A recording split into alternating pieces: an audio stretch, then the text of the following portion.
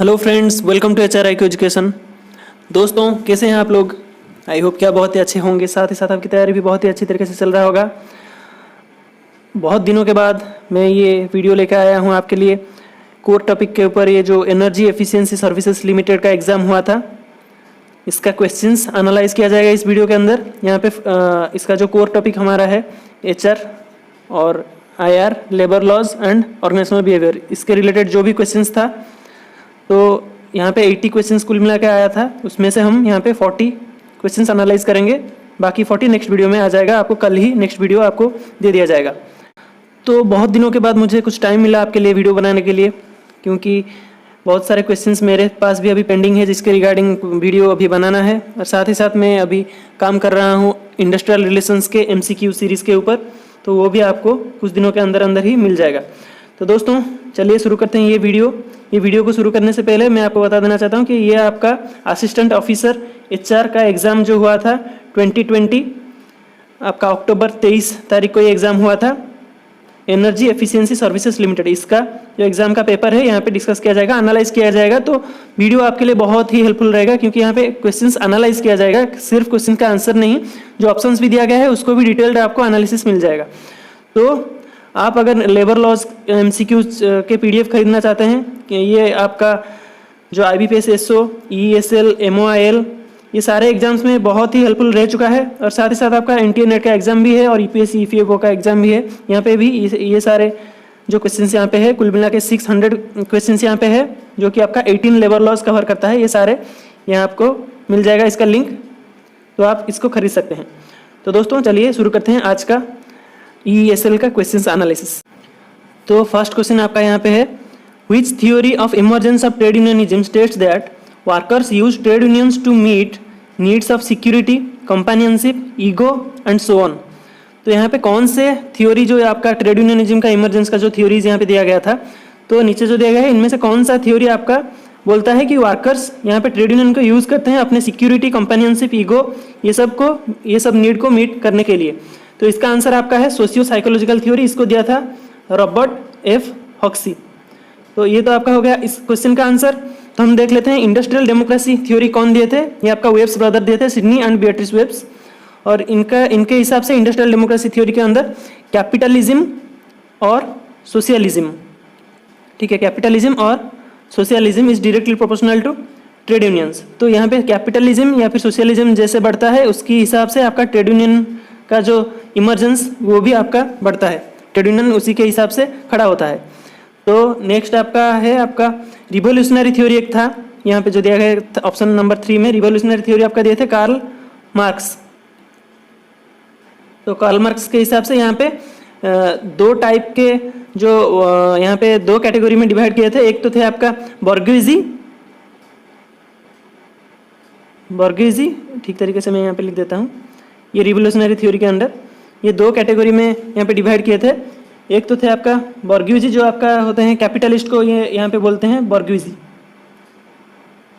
GEOSIE, बॉर्गेजी। और एक थे प्रोलेटारिएट, ठीक है, प्रोलेटारिएट। तो बॉर्गेजी आपका है कैपिटलिस्ट और प्रोलेटारिएट आपका है फ्री लेबरर्स। तो फ्री लेबरर्स मतलब जिनके पास काम नहीं है, उनके पास कैपेसिटी है काम करने के लिए, पर उनके पास काम नहीं है, उनको काम नहीं दिया गया। तो इनके हिसाब से, कार्ल मार्क्स के हिसाब से, उनके अंदर हमेशा कॉन्फ्लिक्ट चलता रहता था। इसी के हिसाब से आपका ट्रेड यूनियन इमर्ज हुआ। तो नेक्स्ट आपका है जो कि आपका सोशियो साइकोलॉजिकल थ्योरी। ये जो आपका है इसके अंदर आपका क्लासिफिकेशन ऑफ यूनियनिज्म भी किया गया था, जो कि आपका है 5 कैटेगरी में बेसिकली इसको क्लासिफाई किया गया था। एक तो आपका है बिजनेस यूनियनिज्म। तो बिजनेस थ्योरी कुछ नहीं था, ये बस सोशियो साइकोलॉजिकल थ्योरी के अंडर आपका यूनियनिज्म को क्लासिफाई करने के टाइम पे यहाँ पे एक था बिजनेस यूनियनिज्म, और एक था फ्रेंडली यूनियनिज्म, फ्रेंडली और अपलिफ्ट यूनियनिज्म, और एक था रिवोल्यूशनरी यूनियनिज्म और प्रीडेटरी यूनियनिज्म, और एक था डिपेंडेंट यूनियनिज्म। तो ये 5 कैटेगरी में यहाँ पे यूनियनिज्म को डिवाइड किया गया था सोशियो साइकोलॉजिकल थ्योरी के अंदर। तो ये है आपका इस क्वेश्चन का एनालिसिस। तो नेक्स्ट क्वेश्चन आपका है, which of the following terms is used for a financial protection plan for executives in case they are severed from the organisation. अगर एग्जीक्यूटिव्स को ऑर्गेनाइजेशन से बाहर किया जाता है, या फिर जो इसका आंसर आपका है गोल्डन पैराचूट। तो एग्जीक्यूटिव अगर ऑर्गेनाइजेशन से चले जाते हैं तो उनके हिसाब से ये टर्म के हिसाब से उनको एक फाइनेंशियल प्रोटेक्शन प्लान दिया जाता है जिसका नाम है आपका गोल्डन पैराचूट। तो गोल्डन रॉकेट ऐसा कुछ भी नहीं है और गोल्डन एरोप्लेन भी ऐसा भी कुछ भी नहीं है। गोल्डन हैंडकफ है। गोल्डन हैंडकफ के हिसाब से जो फाइनेंशियल इंसेंटिव दिया जाता है मैनेजरल लेवल एम्प्लॉय को, financial incentives to managerial level employees to discourage them from leaving the company. Basically it is used for retaining purpose to managerial level employees. Okay, the term is golden handcuff. Another term is there, it is silver parachute. ठीक है, silver पैराचूट। तो silver पैराचूट के हिसाब से यहाँ पे एक compensation package दिया जाता है लो लेवल एग्जीक्यूटिव्स को। यहाँ पे लो लेवल एग्जीक्यूटिव पर गोल्डन पैराचूट जो होता है ये हाई लेवल एग्जीक्यूटिव्स, ठीक है, टॉप लेवल एग्जीक्यूटिव्स। तो सिल्वर पैराचूट आपका लो लेवल एग्जीक्यूटिव को कॉम्पेंसेशन पैकेज दिया जाता है। किस टाइम पे ये दिया जाता है? ये आपका ले ऑफ, अगर कोई मर्जर या फिर एक्विजिशन हो रहा है उस टाइम पे अगर ले ऑफ किया जा रहा है तो लोअर एग्जीक्यूटिव्स को ये सिल्वर पैराचूट दिया जाता है। और एक आपका है प्लैटिनम पैराचूट जो कि basically these are the lucrative awards, ठीक है, in the form of severance pay या फिर स्टॉक ऑप्शंस भी यहाँ पे दिया जाता है प्लैटिनम पैराचूट में। जो भी एग्जीक्यूटिव यहाँ पे ऑर्गेनाइजेशन को छोड़ के जाता है उनको भी प्लैटिनम पैराचूट भी दिया जाता है। तो ये बहुत ही हाई लेवल का है platinum parachute. Platinum parachute, golden parachute, silver parachute, golden handcuff, ये आपको याद रखना है, ठीक है। तो नेक्स्ट क्वेश्चन आपका है, which area of activity of HRM deals with the process of ascertaining the qualifications, experiences, skills, knowledge and so on of an applicant with a view of appraising his or her suitability to a job. कोई भी applicant यहाँ पे उसका qualification, skill, knowledge ये सब देख के उसको अप्रेज करके ये एक जॉब के लिए सुइटेबल है या नहीं, ये कौन से प्रोसेस में डील किया जाता है, HRM के कौन से एक्टिविटी में, ये आपका सिलेक्शन में जो आप सिलेक्ट करोगे कोई भी कैंडिडेट को, तो ये सब आपको देखना होगा कि ये एक जॉब के लिए सुइटेबल है या नहीं। तो ये प्रोसेस आपका है सिलेक्शन, ठीक है। तो ह्यूमन रिसोर्स प्लानिंग का डेफिनेशन आपको पता होना चाहिए। Human resource planning is a process of systematically reviewing HR requirements to ensure that the required number of employees with required skills are available when they are needed. मतलब कोई भी organisation में जब भी कोई कितने नंबर ऑफ एम्प्लॉयज अगर चाहिए तो वो अवेलेबल होना चाहिए, उसके हिसाब से ह्यूमन रिसोर्स प्लानिंग काम करता है, प्लान करता है, पहले से ही ये प्लान करके रखता है कहाँ पे शॉर्टेज हो रहा है एम्प्लॉय का, कहाँ पे एम्प्लॉय अबुंडेंटली है और किस लेवल पे एम्प्लॉय चाहिए, उनका क्वालिफिकेशन, ये सब यहाँ पे HRP पे ही डिटरमाइन किया जाता है, ठीक है। तो नेक्स्ट आपका है, which of the following terms best describes the process followed when a senior manager assigns a portion of the workload in a project to his subordinates. तो यहाँ पे असाइन किया जाता है एक पोर्शन ऑफ वर्कलोड, तो ये आपका बेसिकली डेलीगेशन के टाइम पे असाइन किया जाता है। तो यहाँ पे आपको कंफ्यूज नहीं होना है डिसेंट्रलाइजेशन और डेलीगेशन के बीच में, क्योंकि डिसेंट्रलाइजेशन का मतलब कोई भी डेलीगेशन ऑफ अथॉरिटी, बस कोई भी टॉप मैनेजमेंट आपका है या आपका लोअर लेवल और मिडिल लेवल मैनेजमेंट को कुछ अथॉरिटी यहाँ पे डेलीगेट करता है, तो इसको हम बोलेंगे डिसेंट्रलाइजेशन। पर यहाँ पे डेलीगेशन टर्म का मतलब है आपका कोई भी डिसीजन मेकिंग पावर अगर टॉप मैनेजमेंट दे रहा है या फिर रिस्पॉन्सिबिलिटीज भी दे रहा है या फिर अकाउंटेबिलिटी फॉर सर्टन टास्क, ये सब अगर आपको स्पेसिफाई किया जाता है या फिर ये आपको दिया जाता है, ठीक है, तो इसको हम बोलेंगे डेलीगेशन। पर डिसेंट्रलाइजेशन का मतलब सिर्फ अथॉरिटी दिया जाता है टॉप लेवल से लोअर लेवल तक, ठीक है। तो नेक्स्ट आपका है, which of the following is not one of the outcomes of HR best practices. तो यहाँ पे HR का जो बेस्ट प्रैक्टिसेस है इसका कौन यहाँ पे आउटकम नहीं है, तो ये आपका हाई एट्रिशन रेट यहाँ पे आउटकम नहीं है। एट्रिशन का मतलब है loss of employees through a natural process. Natural process का मतलब यहाँ पे कोई अगर रिटायरमेंट ले रहा है या फिर रेजिग्नेशन अगर कोई दे रहा है या फिर कोई भी पोजीशन यहाँ पे एलिमिनेट अगर किया जा रहा है या फिर कोई पर्सनल हेल्थ इश्यू के वजह से अगर कोई एम्प्लॉय यहाँ पे ऑर्गेनाइजेशन छोड़ के जा रहा है, तो ये सब आपका एट्रिशन के अंदर आएगा। एट्रिशन एक पॉजिटिव भी हो सकता है, नेगेटिव भी हो सकता है। एट्रिशन का जो साइड इफेक्ट है ये आपका वर्कफोर्स स्ट्रेंथ ये रिड्यूस कर देगा, वर्कफोर्स स्ट्रेंथ, और वर्कलोड यहाँ पे इंक्रीज हो जाएगा, ठीक है, क्योंकि ये नेचुरल प्रोसेस है, इसको फिलअप करने के लिए थोड़ा टाइम यहाँ पे लगता है। तो और एक है आपका टर्नओवर। एट्रिशन और टर्नओवर में आपको कंफ्यूज नहीं होना है। टर्नओवर आपका वॉल्यूंटरी भी हो सकता है, इनवॉल्यूंटरी भी हो सकता है। अगर वॉल्यूंटरी हुआ है तो यहाँ पे अगर कोई एम्प्लॉय को ग्रोथ अपॉर्चुनिटीज नहीं मिल रहा है तो वो ऑर्गेनाइजेशन छोड़ के जा सकता है। अगर ठीक तरीके से सैलरी नहीं मिल रहा है तो वो भी ऑर्गेनाइजेशन छोड़ के जा सकता है अपने हिसाब से। तो ये आपका होगा वॉल्यूंटरी, ठीक है। और बाकी आपका है इनवॉल्यूंटरी जो आपका टर्नओवर है। टर्नओवर आपका इनवॉल्यूंटरी भी है। इनवॉल्यूंटरी के अंदर आपका अगर किसी एम्प्लॉय को खराब बिहेवियर के कारण या फिर बैड बिहेवियर या फिर परफॉर्मेंस खराब होने के कारण अगर आप उसको फायर कर रहे हैं ऑर्गेनाइजेशन से, तो वो आपका हो गया इनवॉल्यूंटरी। ठीक है, तो ये आपका हो गया अट्रिशन और टर्नओवर के बीच में डिफरेंस। नेक्स्ट आपका है which of the following sections of the right to information act 2005 provides exemption from disclosure of information.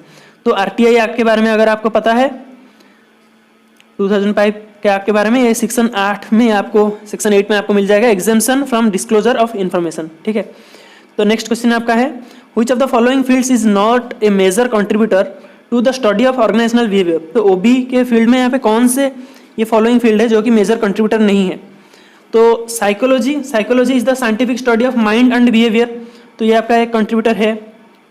अगर हम सोशियोलॉजी देखेंगे तो sociology is the study of social life, social change, social causes and consequences of human behaviour, तो यहाँ पे भी organisational behaviour काम आएगा।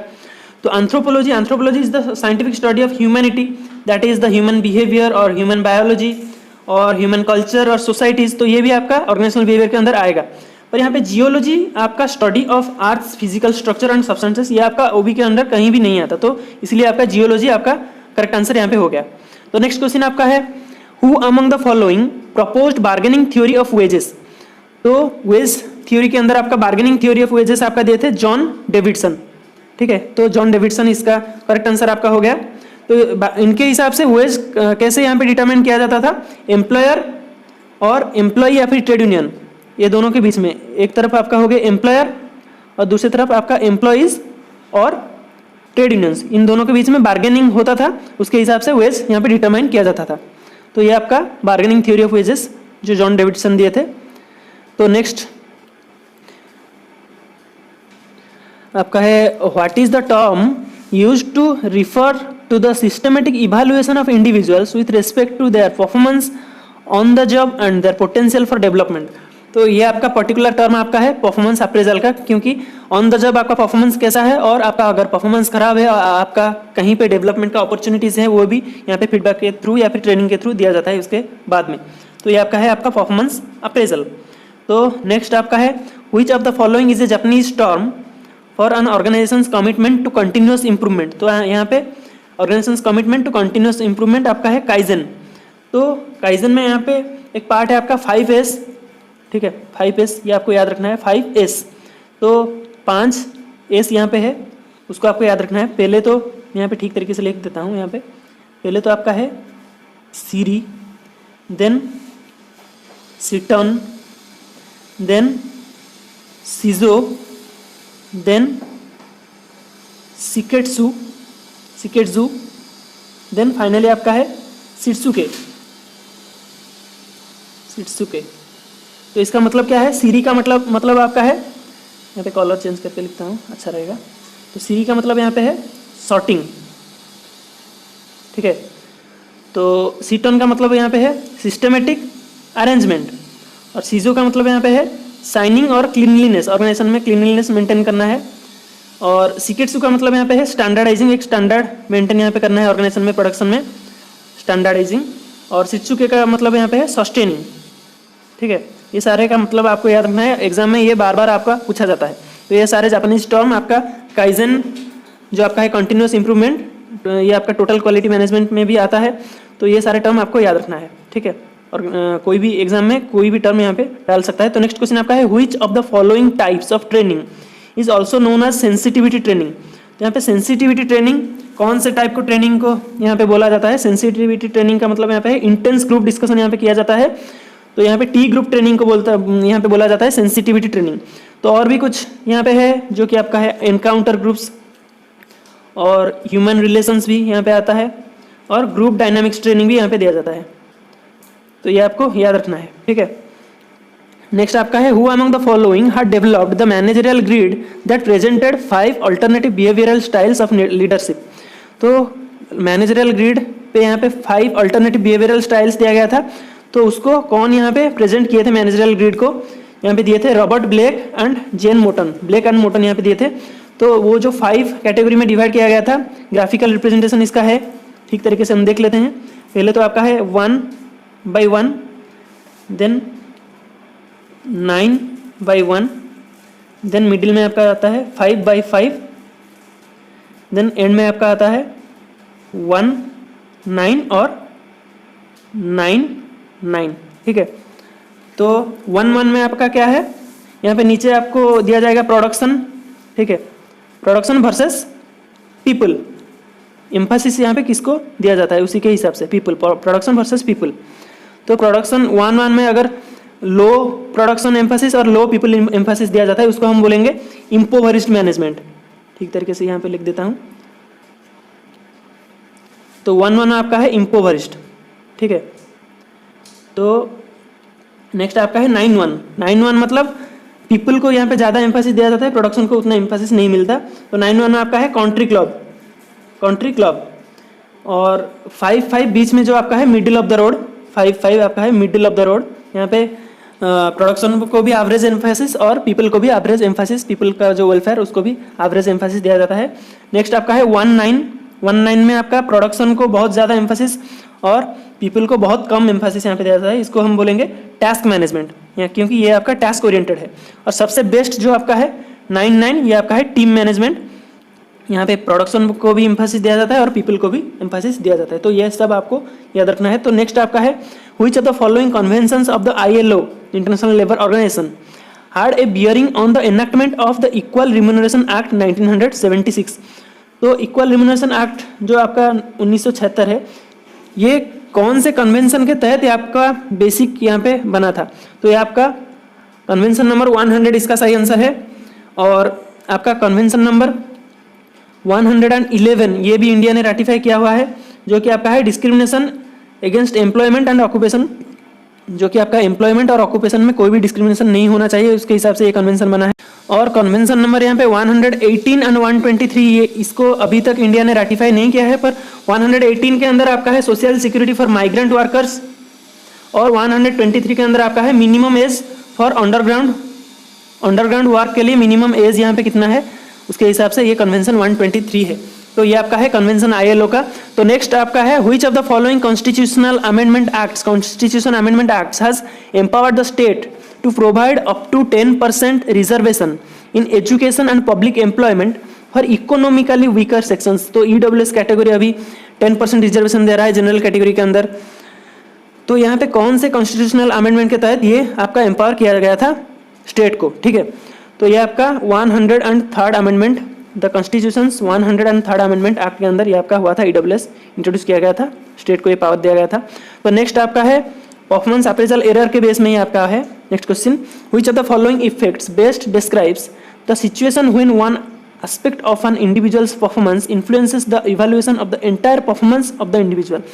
तो इंडिविजुअल के कोई पर्टिकुलर एस्पेक्ट को देख के एंटायर परफॉर्मेंस को जब इवैल्यूएट किया जाता है अंदाजा लगा के, तो इसको हम बोलते हैं हैलो इफेक्ट। ये आपका एक एरर हो सकता है, क्योंकि एक पर्टिकुलर एस्पेक्ट को देख के पूरी परफॉर्मेंस को आप अप्रेज नहीं कर सकते। ठीक है, पूरी परफॉर्मेंस को आप अंदाजा नहीं लगा सकते।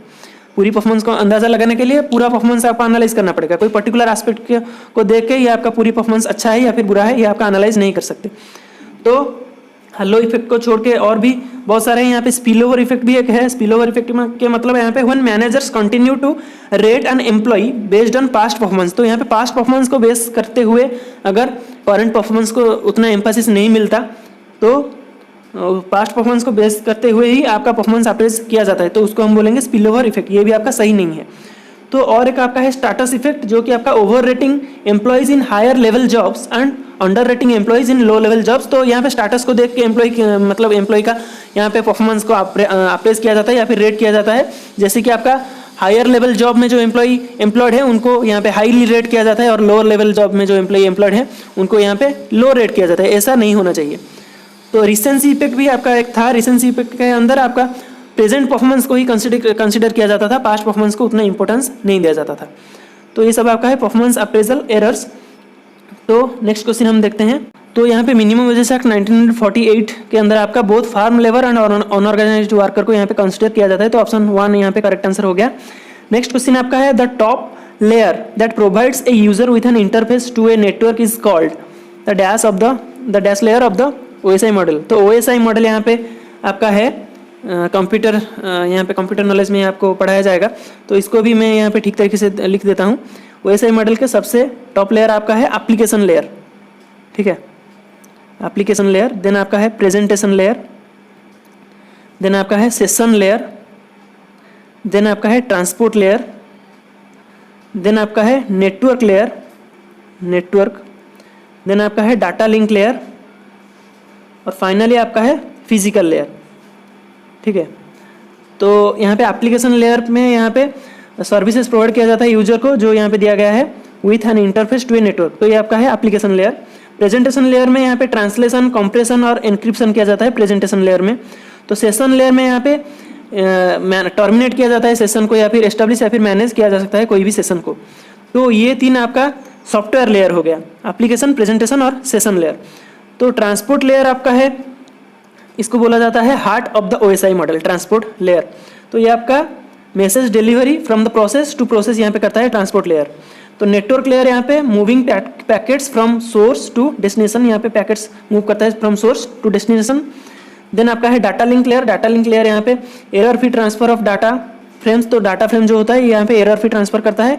तो फाइनली आपका है फिजिकल लेयर, जो कि आपका प्रोवाइड करता है कोई भी physical medium through which the bits are transmitted. तो ये तीन आपका है नेटवर्क, डाटा और फिजिकल लेयर आपका है हार्डवेयर लेयर, ठीक है। ये तीन आपका सॉफ्टवेयर लेयर और ये तीन आपका हार्डवेयर लेयर, ये आपको याद रखना है, ये आपका है OSI मॉडल। तो नेक्स्ट क्वेश्चन आपका है, under the factories act 1948 there is a provision for the appointment of safety officer in factories employing at least. तो यहाँ पे फैक्ट्री में कितने मेंबर यहाँ पे चाहिए, कितने एम्प्लॉइज यहाँ पे चाहिए एक सेफ्टी ऑफिसर यहाँ पे अपॉइंट करने के लिए। तो यहाँ पे आपका जो है आपका सेक्शन 40B के अंदर आपका आता है ये सेफ्टी ऑफिसर का अपॉइंटमेंट। तो यहाँ पे 1000 और मोर वर्कर्स यहाँ पे चाहिए, तो ऑप्शन 1 यहाँ पे करेक्ट आंसर हो गया। तो ये आपका एम्प्लॉय कौन करता है ये सेफ्टी ऑफिसर को, सेफ्टी ऑफिसर को यहाँ पे ऑक्यूपायर यहाँ पे एम्प्लॉय करता है, और इसका जो ड्यूटीज एंड रिस्पॉन्सिबिलिटीज है ये आपका स्टेट गवर्नमेंट प्रिस्क्राइब करेगा, ये आपका फैक्ट्रीज एक्ट के अंदर आपका दिया गया है। तो नेक्स्ट क्वेश्चन आपका है, how many parties are represented in a wage board in India. तो इंडिया में जो वेज बोर्ड होता है यहाँ पे ये ट्राईपार्टाइट होता है, तो यहाँ पे 3 पार्टीज रिप्रेजेंट करेंगे। तो यहाँ पे वर्कर्स का रिप्रेजेंटेटिव भी रहते हैं, एम्प्लॉयर का रिप्रेजेंटेटिव भी रहते हैं, और यहाँ पे जो इंडिपेंडेंट पर्सन भी रहते हैं, इंडिपेंडेंट पर्सन को गवर्नमेंट भी यहाँ पे नॉमिनेट कर सकता है, ठीक है। तो नेक्स्ट आपका है, identify the method where training is offered without the intervention of a trainer. तो कौन से मेथड ये है जो कि आपका ट्रेनिंग दिया जाता है, यहाँ पे ट्रेनर का कोई भी इंटरवेंशन यहाँ पे नहीं होता है। तो ये आपका प्रोग्राम्ड इंस्ट्रक्शन यहाँ पे है, जो कि आपका ट्रेनर को यहाँ पे कोई भी यहाँ पे ट्रेनर का इंटरवेंशन यहाँ पे नहीं होता, क्योंकि पहले से ही सब कुछ प्रोग्राम किया जाता है। तो प्रोग्राम्ड इंस्ट्रक्शन का बेसिक डेफिनेशन में यहाँ पे आपको बोल देता हूँ, it is a method of presenting new subject matter to students through a graded sequence of controlled steps with corresponding activities, and it directs the students according to their pattern of errors which is determined through a series of tests and statements। तो basically आपका जो होता है ये आपका students का error कहाँ पे कौन से पैटर्न में कौन से सीक्वेंस में स्टूडेंट्स रेगुलरली एरर कर रहे हैं उसके हिसाब से ये आपका शो कर देता है, उसके हिसाब से आपको काम करना है और एरर फ्री एनवायरनमेंट यहाँ पे क्रिएट करना है।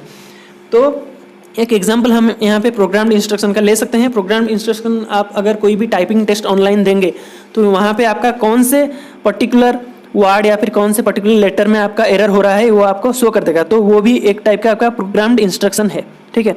So the next question is question number 21।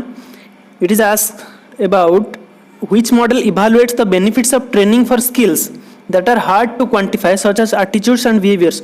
तो एटीट्यूड और बिहेवियर जो कि आपका क्वांटिटी में आपका मेज़र करना बहुत ही यहाँ पे डिफ़िकल्ट होता है, या फिर क्वांटिटी में आपको ट्रेनिंग देना, इसका बेनिफिट्स ढूंढना, इवैल्यूएट करना बहुत ही डिफ़िकल्ट होता है। तो यहाँ पे कौन से मॉडल के तहत ये आपका इवैल्यूएट हुआ था, तो these are the options and the correct answer will be Kirkpatrick's model, Kirkpatrick's model.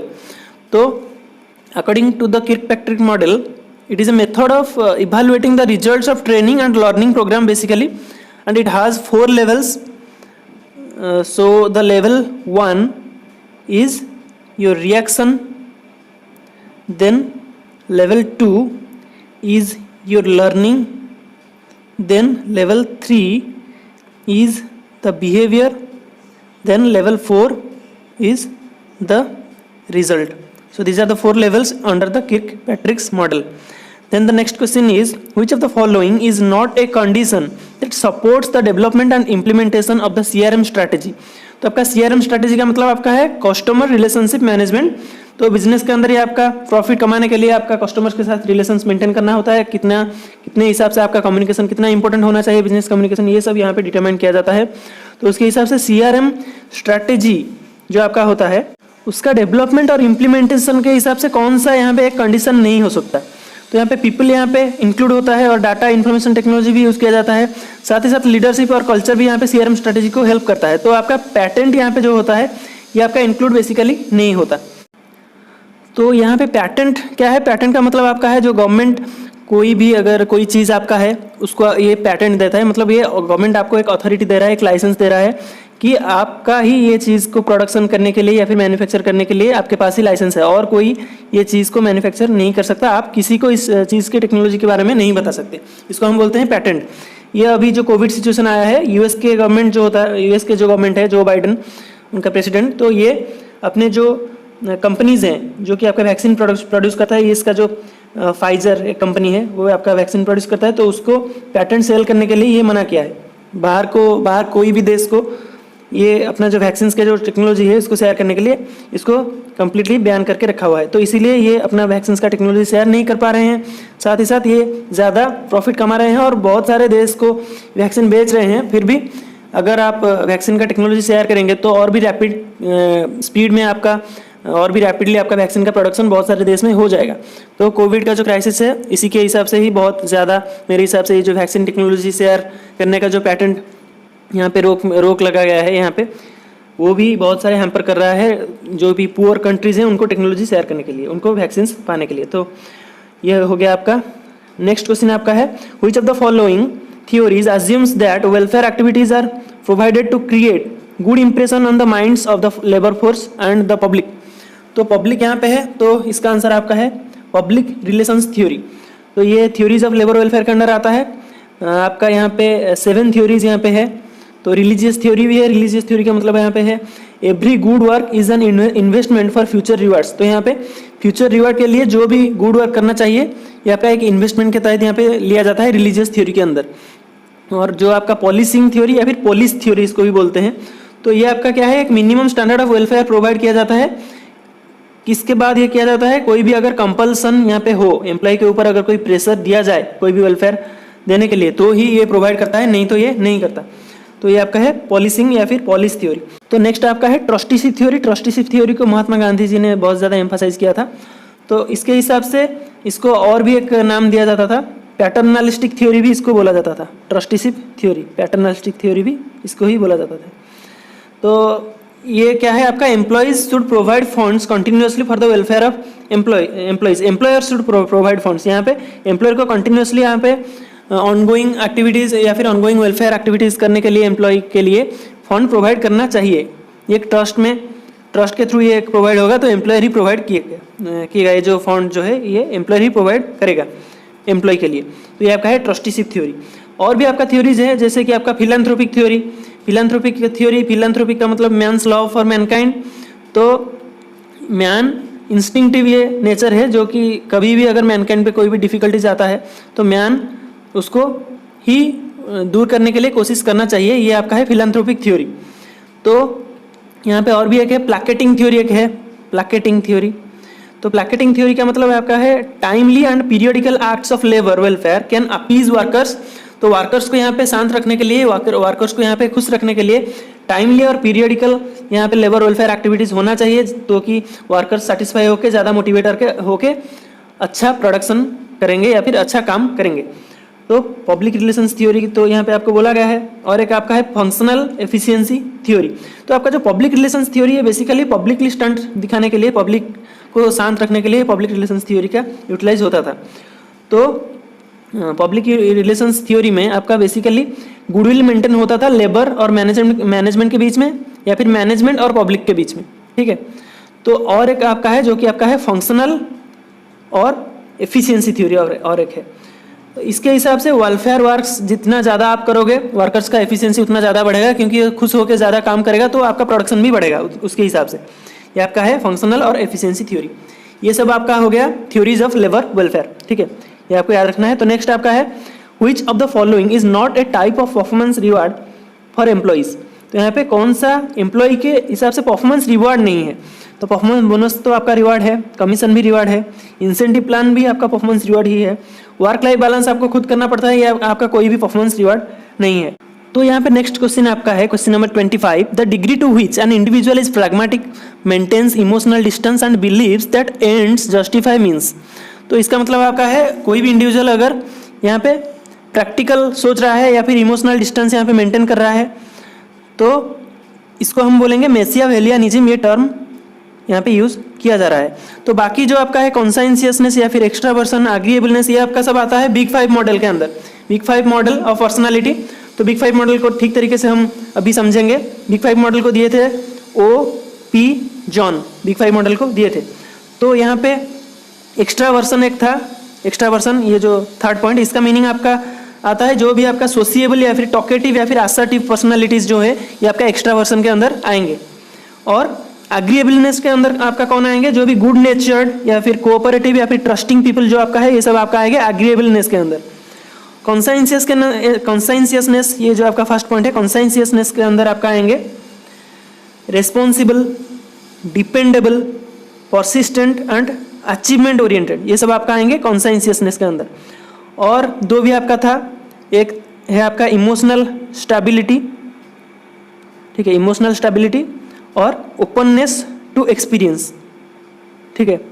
तो इमोशनल स्टेबिलिटी के अंदर आपका काम पीपल या फिर नर्वस, एंथुजियास्टिक या फिर डिप्रेस्ड एंड इनसिक्योर फीलिंग जो कर रहे हैं, वो सब आपका आएंगे इमोशनल स्टेबिलिटी, क्योंकि ये सब आपका इमोशंस के अंदर आता है। तो ओपननेस टू एक्सपीरियंस मतलब जो पीपल बहुत ही एक्साइटेड हैं, मतलब एक्साइटेड का मतलब इमेजिनेटिव, वो इमेजिन कर सकते हैं कोई भी नए नए चीज़ काम करने के लिए, या फिर सेंसिटिव या फिर इंटेलेक्चुअल पीपल आपका आएंगे ओपननेस टू एक्सपीरियंस के अंदर। तो ये आपका हो गया बिग 5 मॉडल। तो ये जो आपका है मैकियावेलियनिज्म, ये आपका आता है influences of personality on organisational behaviour के अंदर, ये आपका एक इन्फ्लुएंस है, ठीक है। तो नेक्स्ट क्वेश्चन हम देखेंगे question number 26, which of the following is not A component of the current assets of A firm. तो कोई भी फर्म का करंट एसेट का कंपोनेंट यहाँ पे नहीं है आपका कंप्यूटर इक्विपमेंट, ठीक है। कंप्यूटर इक्विपमेंट कोई भी फर्म का यहाँ पे करंट एसेट का कंपोनेंट नहीं है। डेप्टर, इन्वेंटरीज और मार्केट सिक्योरिटीज ये आपका कंपोनेंट है। तो नेक्स्ट आपका है which of the following theories assumes that employees must be directed और even coached to perform optimally in tasks. तो एम्प्लॉय को यहाँ पे डायरेक्ट किया जाता है या फिर ऑर्डर दिया जाता है या फिर फोर्स भी किया जा सकता है कि ऑप्टिमम परफॉर्मेंस देने के लिए, मतलब मैक्सिमम परफॉर्मेंस देने के लिए कोई भी काम पे। तो ये आपका मैकग्रेगर्स थ्योरी एक्स, इसको हम नेगेटिव थ्योरी बोलते हैं। तो एक थ्योरी वाई आपका पॉजिटिव है जो कि वेलफेयर के हिसाब से कुछ देखता है वो, और थ्योरी एक्स आपका है नेगेटिव जो कि बेसिकली टास्क ओरिएंटेड है। तो मैकग्रेगर्स आपका दिए थे theory X and theory Y भी मैकग्रेगर ही दिए थे, ठीक है। तो नेक्स्ट हम देखेंगे क्वेश्चन नंबर 28। तो ये आपका अगर ठीक तरीके से देखेंगे, ठीक तरीके से आपको इस ऑप्शंस को पढ़ना चाहिए। Consider the following statements about welfare funds. तो हम पहला और थर्ड स्टेटमेंट देख लेते हैं, यही आपका करेक्ट स्टेटमेंट है, क्योंकि resources for welfare funds are raised by the government on a non contributed basis. क्योंकि वेलफेयर फंड्स में जो रिसोर्सेज रेज किया जाता है वहाँ पे एम्प्लॉय को कोई भी कंट्रीब्यूशन देना नहीं पड़ता, तो ये आपका नॉन कंट्रीब्यूटरी बेसिस के हिसाब से गवर्नमेंट यहाँ पे रेज करता है। तो सेकंड ऑप्शन इसका ठीक अपोजिट है, तो ये आपका सेकंड ऑप्शन नहीं होगा। थर्ड ऑप्शन देख लेते हैं, delivery of welfare services through the means of welfare funds are effected without linkage to individual workers contribution. तो यहाँ पे नॉन कंट्रीब्यूटरी बेसिस है, तो इंडिविजुअल वर्कर्स को कंट्रीब्यूशन यहाँ पे नहीं करना पड़ता, तो थर्ड ऑप्शन भी सही हो गया। फोर्थ ऑप्शन ठीक इसका अपोजिट है, तो ये फोर्थ ऑप्शन आपका गलत हो गया। तो इसलिए इसी हिसाब से आपका फर्स्ट एंड थर्ड ऑप्शन यहाँ पे करेक्ट है। तो नेक्स्ट क्वेश्चन बिग 5 मॉडल के रिलेटेड ही है। तो यहाँ पे दिया गया है responsible, dependable, persistent and organised, ये आपका है कॉन्साइंसियसनेस, ठीक है। तो नेक्स्ट आपका है F.W. Taylor's, Frederick Winslow Taylor's wage incentive plan proposed. तो यहाँ पे टेलर जो वेज इंसेंटिव प्लान प्रपोज किए थे वो उनके हिसाब से क्या था, वहाँ पे paying wages in accordance with the output, that is wages per unit. जितना आउटपुट होगा उसके हिसाब से ही आपको वेजेस देना पड़ेगा उनके हिसाब से। तो option 1 is the correct answer here. Then the next question, truth, non violence, non possession, ये तो आपका महात्मा गांधी जी का प्रिंसिपल हो गया। महात्मा गांधी जी का प्रिंसिपल आपका ट्रस्टीशिप अप्रोच ही फॉलो करता है, तो ये आपका करेक्ट आंसर है ट्रस्टीशिप अप्रोच। ये महात्मा गांधी जी का आइडियोलॉजीज है। तो ये तो आपका महात्मा गांधी जी का आइडियोलॉजीज हो गया। तो यूनिटरी अप्रोच क्या है? Unitary approach basically considers the mutual cooperation, individual treatment, team work, then shared goals, ये सब आपका है यूनिटरी अप्रोच के अंदर। तो यूनिटरी अप्रोच में भी आपका कॉन्फ्लिक्ट को टेम्पररी रूप में लिया गया है। Conflict is temporary, it is not permanent under the unitary approach. Then यहाँ पे एक ही सोर्स का अथॉरिटी है, only one source of authority यहाँ पे यूनिटरी अप्रोच के अंदर है। ऑर्गेनाइजेशन को एक होल के रूप में यहाँ पे कंसिडर किया जाता है, इसी हिसाब से आपका वन सोर्स ऑफ अथॉरिटी यहाँ पे है।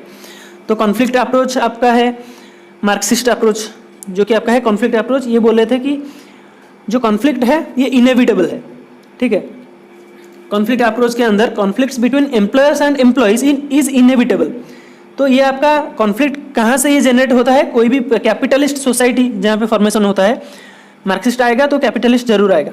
तो कैपिटलिस्ट सोसाइटी ये जो टर्चर करता है वर्कर्स, वर्किंग क्लास को, तो उसी हिसाब से यहाँ पे कॉन्फ्लिक्ट होता है। तो नेक्स्ट आपका है सिस्टम्स अप्रोच। सिस्टम्स अप्रोच के अंदर आपका सिस्टम्स अप्रोच दिए थे आपका जॉन टी डनलप। तो उनके हिसाब से ये डिफरेंट इंटर रिलेशंस किए थे, different participants of the industrial relations system. तो बेसिकली इंडस्ट्रियल रिलेशंस के जो सब सिस्टम है, लार्जर सोशल सिस्टम के वो आपका आता है इंडस्ट्रियल रिलेशंस के अंदर। तो लार्जर सोशल सिस्टम के अंदर आपका आता है टेक्नोलॉजीज, मार्केट, पीपल, ये सब आपका आता है लार्जर सोशल सिस्टम के अंदर। तो ये सब यहाँ पे क्लासीफाई किए थे जॉन टी डनलप, ठीक है। और एक भी था pluralistic approach. Pluralistic approach it assumes that the organization composed of individuals who form distinct groups with their own set of aims actually. Then the objectives are there, leadership styles are there, and value propositions are also there. So pluralistic approach says that there are different groups having different aims, different objectives, and leadership styles which form the organization. Okay. Then the next question, which of the following is at the top of Maslow's hierarchy of needs? तो Maslow का जो hierarchy of needs था वो यहाँ पे कुछ diagrammatically मैं आपको समझा दूंगा। ये बेसिकली ऐसे था, यहाँ पे 5 कैटेगरी में यहाँ पे डिवाइड किया गया था। हाँ 5 कैटेगरी ही है यहाँ पे। फिजियोलॉजिकल पहला, देन आपका है यहाँ पे कॉलर यहाँ पे चेंज कर देते हैं, फिजियोलॉजिकल, देन आपका है सेफ्टी, देन आपका है सोशल, देन आपका है esteem need, esteem, then finally आपका है सेल्फ एक्चुअलाइजेशन, ठीक है।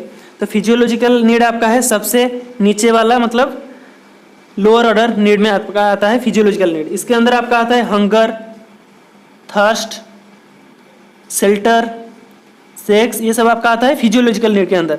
और सेफ्टी नीड के अंदर आपका आता है सिक्योरिटी, प्रोटेक्शन फ्रॉम डेंजर्स, तो ये सब आपका आता है सेफ्टी नीड के अंदर। तो सोशल नीड है आपका, सोशल नीड के अंदर आपका आता है अफेक्शन, लव, देन आपका आता है बिलोंगिंगनेस, ऑर्गेनाइजेशन में आप बिलोंग करते हैं, ये भी आपका एक होना चाहिए सोशल नीड के अंदर।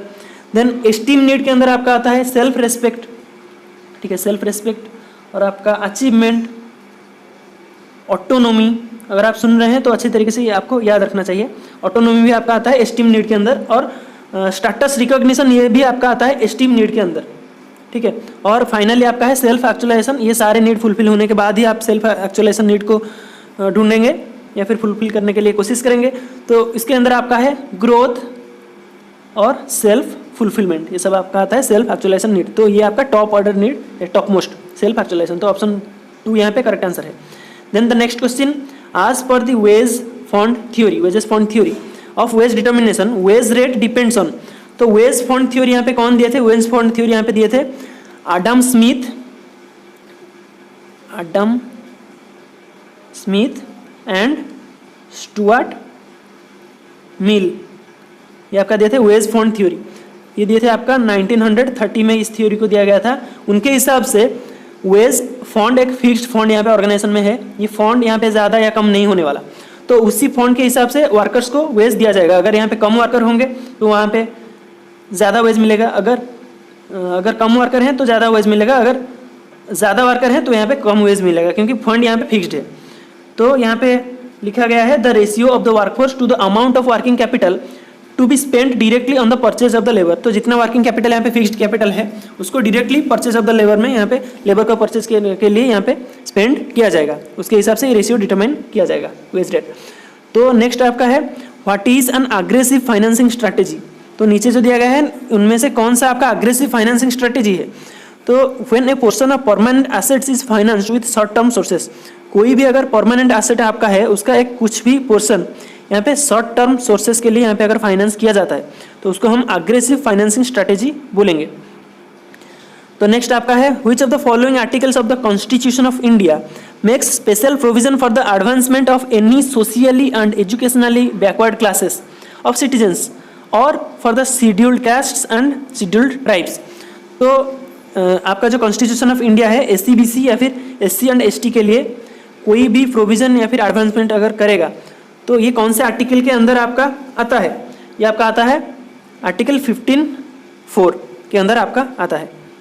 आर्टिकल 15 के ऊपर एक मूवी भी बन चुका है आयुष्मान खुराना का, अगर आप देखे होंगे, बहुत ही उम्दा मूवी था वो। तो नेक्स्ट आपका है one of the steps of a systematic training process that involves pre-testing trainees and selection of training methods. तो ये आपका है ट्रेनिंग डिज़ाइन, ये आपका प्रोसेस है, ये आपका एक स्टेप है जो कि आपका सिस्टमेटिकली एक प्रोसेस दिया जाता है जहाँ पे आपका ट्रेनिंग और ट्रेनिंग मेथड को यहाँ पे प्री-टेस्ट किया जाता है। तो नेक्स्ट आपका है which of the following is not A type of extrinsic non financial reward for employees. तो हम देखेंगे यहाँ पे एक्सट्रिंजिक रिवार्ड क्या होता है, इंट्रिंजिक रिवार्ड क्या होता है। Intrinsic reward from with in जो आता है, इंटरनल सोर्सेस से जो आता है वो आपका होता है इंट्रिंजिक रिवार्ड, और फ्रॉम एक्सटर्नल सोर्सेस से जो आता है वो आपका होता है एक्सट्रिंजिक रिवार्ड। तो एक्सट्रिंजिक रिवार्ड भी आपका होता है फाइनेंशियल और नॉन फाइनेंशियल, ठीक है। तो फाइनेंशियल एक्सट्रिंजिक रिवार्ड के अंदर आपका आता है बोनस, इंसेंटिव्स और कमीशंस, ये सब आपका आता है फाइनेंशियल एक्सट्रिंजिक रिवार्ड। तो फाइनेंशियल एक्सट्रिंजिक रिवार्ड आपका हो गया, कमीशन आपका फाइनेंशियल एक्सट्रिंजिक रिवार्ड है। तो यहाँ पे क्या दिया गया है, एक्सट्रिंजिक नॉन फाइनेंशियल। तो यहाँ पे ये फाइनेंशियल है, ये नॉन फाइनेंशियल नहीं है, इसीलिए ये आपका आंसर हो गया। तो नॉन फाइनेंशियल आपका क्या है, नॉन फाइनेंशियल अगर कोई आपको प्रेज कर रहा है या फिर डेवलपमेंट अपॉर्चुनिटी आपको मिल रहा है या फिर कोई न्यू प्रोजेक्ट आपको असाइन किया गया है या फिर जैसा आपका ओन सेक्रेटरी या फिर ऑफिस फर्निशिंग आपका प्रिफर्ड या फिर आपका पार्किंग स्पेस भी दिया गया है, तो ये सब आपका नॉन फाइनेंशियल एक्सट्रिंजिक रिवार्ड के अंदर आपका आता है। तो कमीशन कैसे आपका आंसर हो गया ये आपको समझ लेना चाहिए।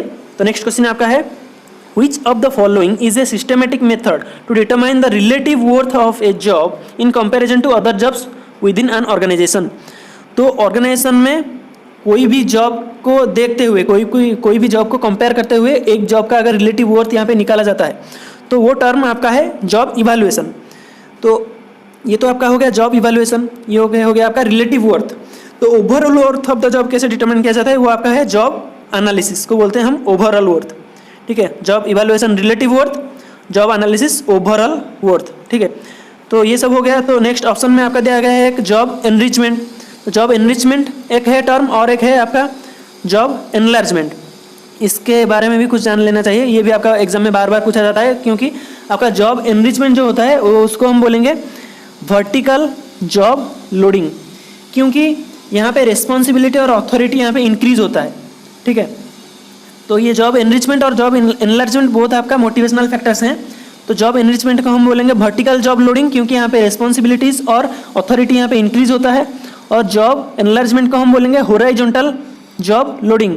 सेम लेवल पे यहाँ पे रिस्पॉन्सिबिलिटी और अथॉरिटी सेम रहता है पर काम थोड़ा ज़्यादा यहाँ पे दिया जाता है जॉब एनलार्जमेंट में, ठीक है। तो इसके हिसाब से आपको समझ लेना चाहिए। तो नेक्स्ट आपका है which of the following systems overlaps the short and long term incentives to retain key employees from the company. तो ये सब आपको मैंने पहले ही बोल दिया था, रिटेनिंग पर्पज़ में आपका गोल्डन हैंडकफ यूज होता है। तो गोल्डन हैंडशेक भी एक है, इसका मतलब एक a large sum of money when provided to an employee when he leaves their job और he is persuaded to leave the job. मतलब कोई भी एम्प्लॉय को एक लार्ज सम ऑफ मनी दिया जाता है यहाँ पे गोल्डन हैंडशेक के अंदर।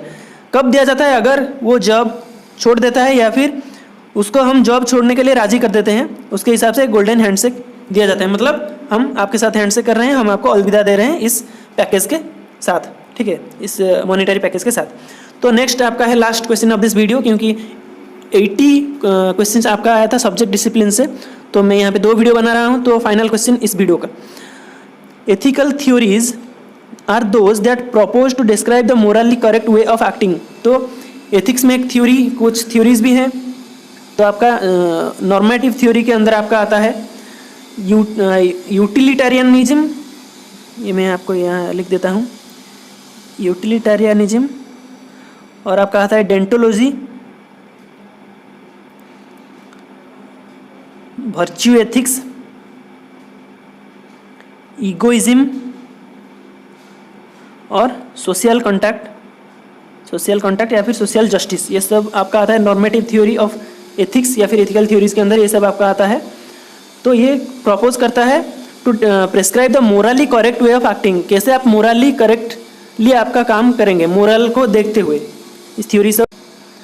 तो ESL का जो आज के वीडियो में जो 40 क्वेश्चन यहाँ पे एनालाइज किया गया, मेरे हिसाब से आपको बहुत अच्छी तरीके से समझ में आ गया होगा और बहुत अच्छी तरीके से यहाँ पे बहुत सारे एक्स्ट्रा इन्फॉर्मेशन में आपको मिल गया होगा।